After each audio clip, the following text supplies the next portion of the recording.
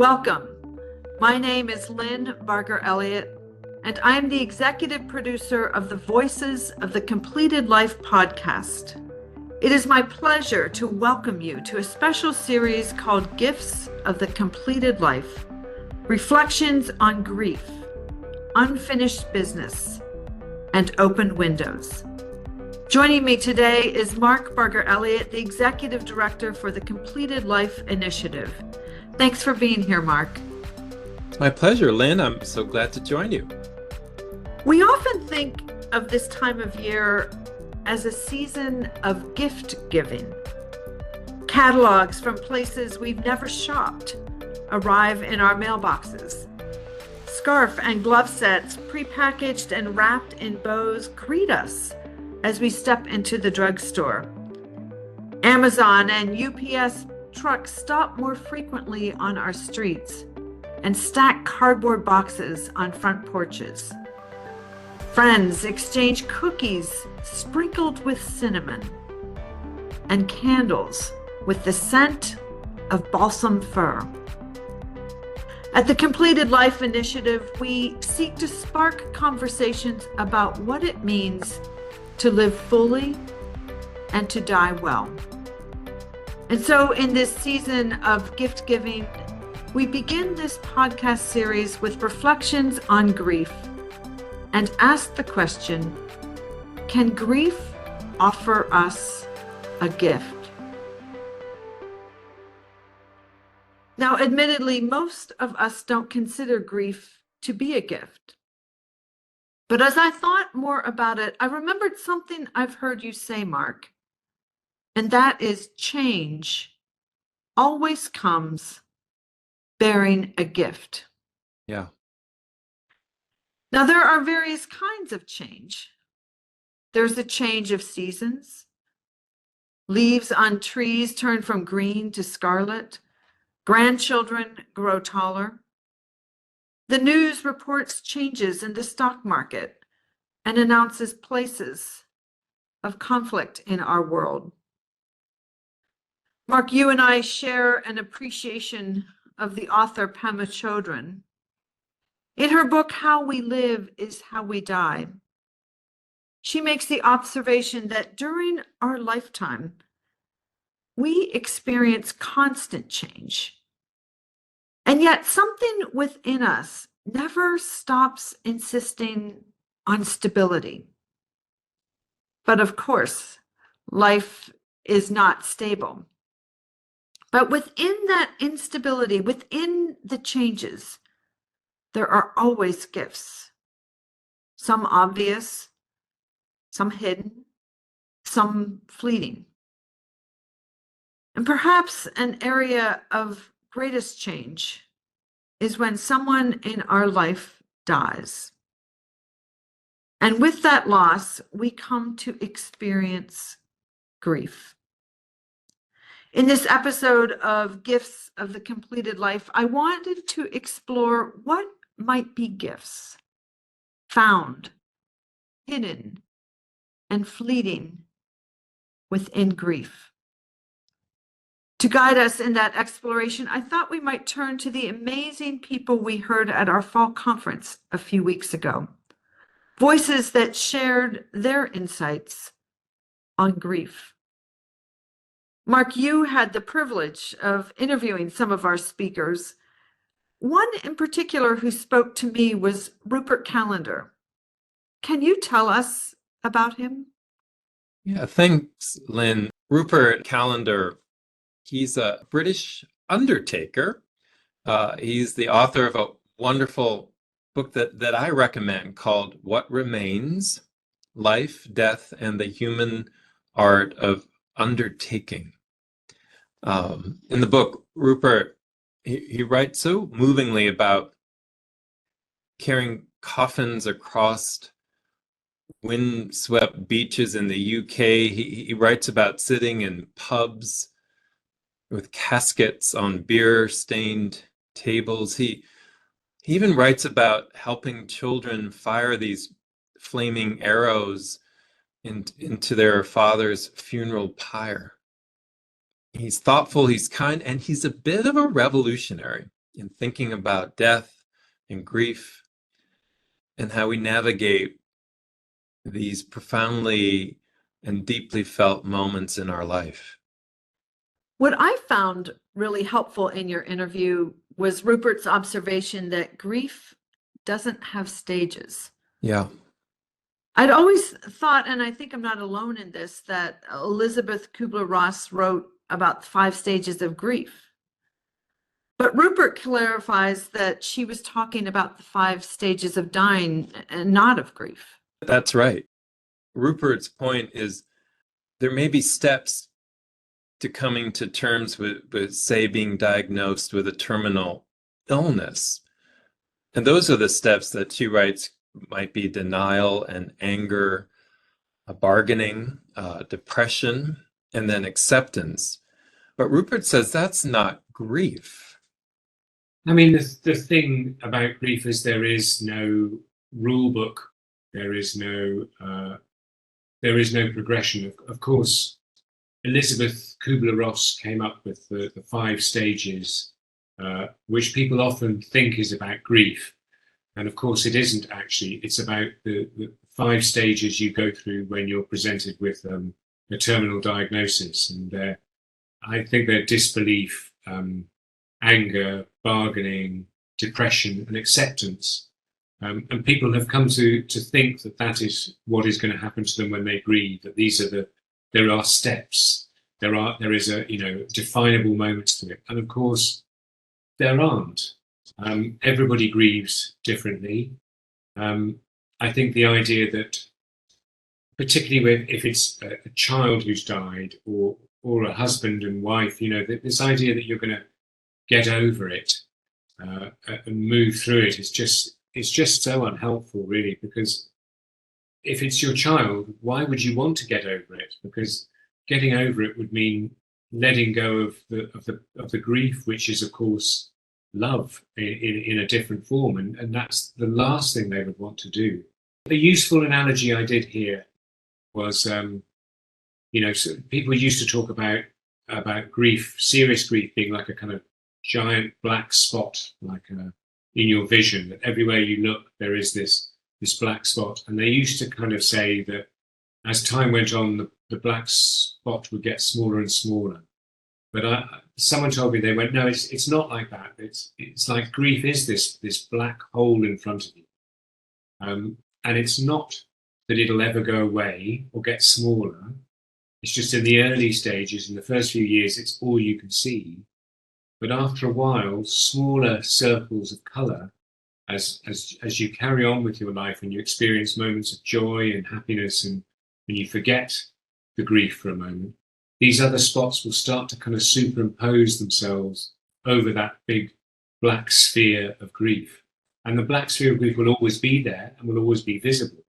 It's just it will be added to by other life events. And I think that's the most helpful thing.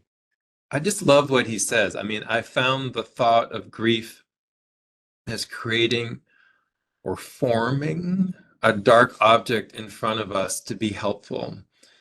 That grief can at times, how do we say it, like block or at least filter our vision, our interaction with the world.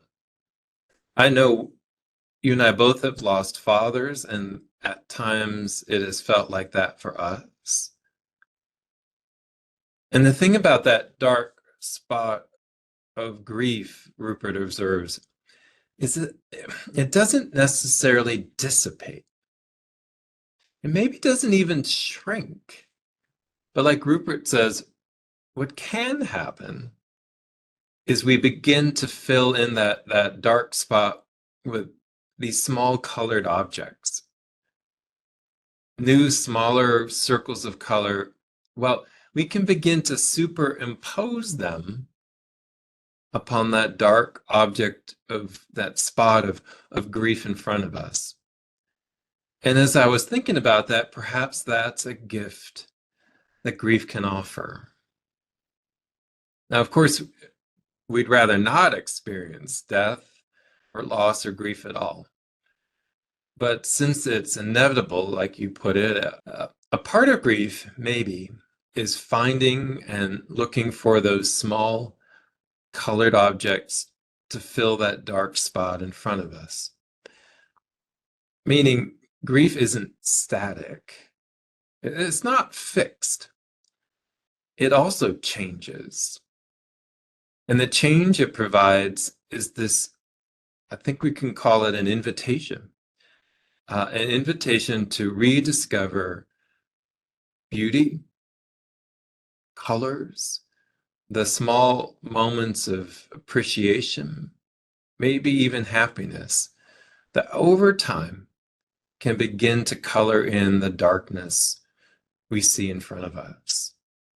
I think that's particularly meaningful as we move into the darkest time of the year. Yeah. What about you, Lynn? Do you have a speaker from our fall conference who helped you think of grief in terms of change that maybe offers us a gift? I was really moved by the interview with Amy Bloom. For those in our audience who don't know her story, she published a New York Times best-selling book. It was even named as a top 10 book of the year by Publishers Weekly. It's called In Love, a memoir of love and loss. And it describes her husband's decision after receiving a diagnosis of Alzheimer's to end his life, as he put it, with dignity and peace in Switzerland.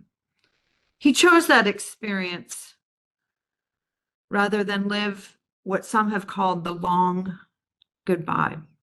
I feel like what I really learned after Brian's passing, I think, was that the appreciating the sunset, the watching the clouds, the smelling the rose, the spending 5 extra minutes with the kids so they don't have to rush out the door is not optional. It turns out that that's essential. The other things are optional. But that stuff is essential to being a whole human being. And that was a great gift. So the road, the road is still bumpy, but it also, takes you through all this beauty. I found it helpful to think of grief as reminding us, guiding us to consider again what is essential and what is optional. And it was that distinction that brought Amy Bloom back to life. Her husband's illness, death, was the last thing she or her family wanted, but death, loss appear in our lives outside of our hopes and expectations. And then we have to cope, adjust, and redefine.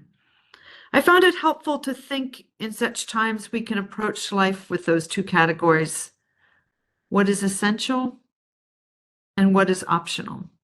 Yeah, I like that. And I wonder if what's essential could even be those circles of color that Rupert talks about, that we arrange over the grief that we experience in our lives. Absolutely. Bloom talks about how it was essential, for example, for her to watch a sunset. Even though that sounds cliche, a cliche is a cliche because it's true. She talked about how it was essential to linger as she grieved, a few extra minutes with her children. And those essential things help you, I think, to remember what it is to be human, that there are gifts discovered in that intentionality of moving towards or identifying and then really experiencing the essential.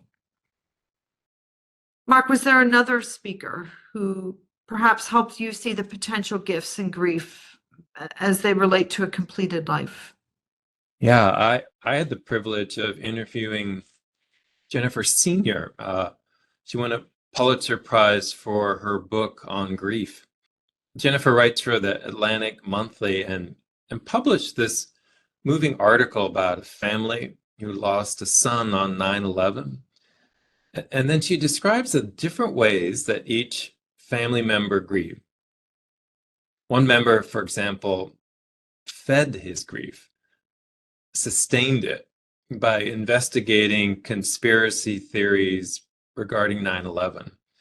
This other member tried to starve her grief by just ignoring it. But then in our conversation, I brought up an insight that she had identified in one of her previous books, and that is how grief and joy are connected, and that they are, in fact, each other, but turned inside out. It's a funny thing, I'd never been asked this question either. He said, "Do you think there's an evolutionary purpose for grief? Like why or depression? Why are we sad?" And at first I really tripped, and I said, "Well, yeah, you're right." Because let's think about this. Theoretically, if the object is to, evolutionarily speaking, if the imperative is to just keep breeding and have as many children as possible, then we should move on fairly quickly. We shouldn't remain stuck. But of course, connection is essential in all relationships. It's absolutely vital.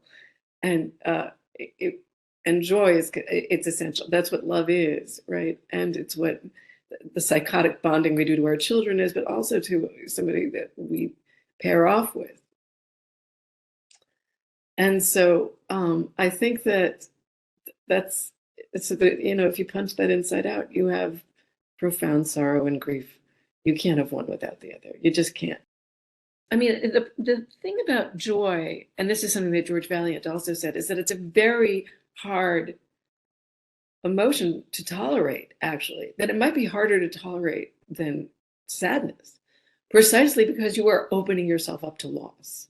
So you do start to love again into, you are, the second you are healing on some level, I think, if you can start remaking connections, but you are also once again re-exposing yourself. You're making yourself vulnerable all over again, and thus it all continues. So you're going to either lead a life that's filled with lots of high and sine curve kind of life, lots of amplitudes, and there's going to be a lot of valleys and troughs, or it's going to look more like a dead person's EKG. It's just going to be phlegmatic. It's just going to which are you going to choose?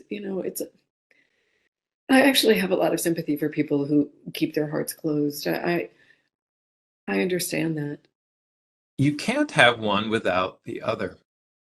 Maybe that speaks to this idea of change we've been talking about. We might experience joy one moment, but then, of course, that's not sustainable, and change occurs, and then grief appears. But what Senior is pointing us towards is to remember change will come when we are in a place of grief in our lives, and in time, joy will appear. One way to approach this change, as I've thought about it, is we could avoid it, we could deny it, we could flatline ourselves, as Senior puts it. But is that a life? Is that life? That's the question that Senior put before us in the interview. The other way is to embrace grief openly, or at least with curiosity, and to choose to live that sine curved life that Senior describes, that goes down, yes, but in time also goes up. And so perhaps that is one gift that we can find within grief. It might feel hidden or fleeting, but joy will come, as the Hebrew scriptures teach, in the morning. Especially, right, in this season where we see the word joy written in so many places. Mm-hmm. Perhaps it can be a reminder for those of us who have dark spots in front of us, those who are going through hard time in their lives, that joy will come. Joy and grief are each other, but turned inside out. I began this episode by pointing us toward the idea that change always comes bearing a gift. that we all long for stability. But that is not what life looks like. But in fact, change is a part of life, and that change can be and become grief. But within that grief, there are in plain sight, hidden or even fleeting gifts. The gift of finding and placing colored circles on the dark spot in front of us. The gift of coming to discern what is essential in life and what is optional. And the gift of knowing that in time, grief will turn itself inside out and offer us joy. Thank you for listening to Gifts of the Completed Life, a special series of voices of the completed life. Please join us next week as we consider the gift of unfinished business, as heard through the words of our fall conference speakers. To listen to the full interviews of Rupert Callender, Amy Bloom, and Jennifer Senior, please go to the Events tab on the homepage of CompletedLife.com and scroll down to the 4th Annual Fall Conference. On that same website, you can also find other episodes of Voices of the Completed Life by going to the Education tab. Thank you for joining us at the Completed Life Initiative. We'd love to hear from you. You can email your reflections and your comments to info@completedlife.org.